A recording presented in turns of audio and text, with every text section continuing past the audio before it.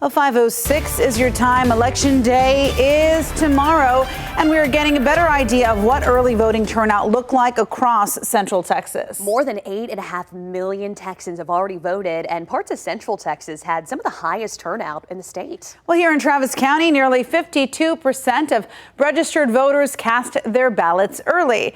Over in Williamson County, turnout was nearly 59%. In Hays County, 55% of those registered also voted early. On Saturday, the Travis Democratic and Republican parties made their final attempts to get voters to the polls on Election Day. Women are going to win this election for Vice President Harris and Colin Allred on Tuesday. It takes a national campaign, and one as enthusiastic and as recognizable as Donald Trump has been nothing but beneficial for us. Well, with early voting said and done, they will start preparing for tomorrow's election starting tonight. We'll go in Monday night and set up the stuff that's not secure, like the tables and, chairs, and make sure that some signs are in place and things like that. But the voting machines themselves actually have to be set up like the next morning. So we get there at 6 a.m., we start setting up, we set up until 7, and then we open the doors. Election officials say they expect long lines on Election Day and for everyone voting that day to plan ahead.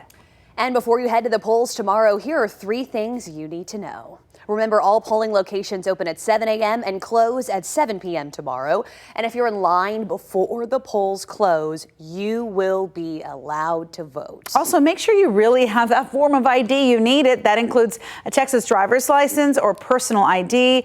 Poll workers will also take a Texas handgun license, a U.S. citizenship certificate with your picture, or a military ID.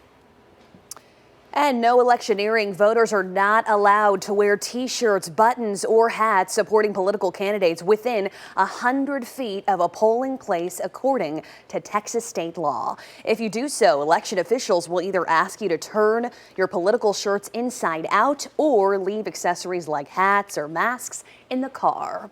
And tomorrow night, you can watch the latest election results live on KVUE+. The app is free on Roku, Fire TV, and Apple TV. Our coverage begins at 7 p.m. on election night. You'll also be able to see the results roll in live right here on KVUE.